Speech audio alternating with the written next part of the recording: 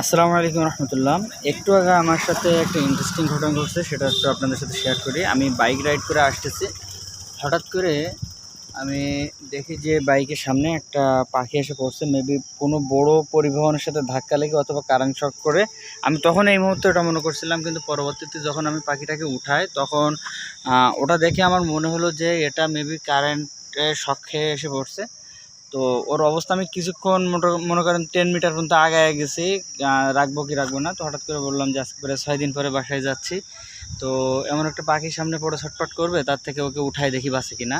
তো ওকে উঠাইলাম যখন, তখন শুধু নিঃশ্বাসটুকু ছিল। তো কি করব না ভেবে আমার এই যে বাইকের সামনে এই যে জায়গাটা, এখানে বসায় রাখছিলাম। বসায় আমি বাইক রাইড করতে করতে হাফ কিলোমিটার না, তার একটু কম আমি গেছি। যাওয়ার পরে ওকে ধরে দেখতেছিলাম ও কী অবস্থা। তার আগে ওকে মোটামুটি পাম্প করা হয়েছে, যেহেতু কারেন্ট শর্ট করছে।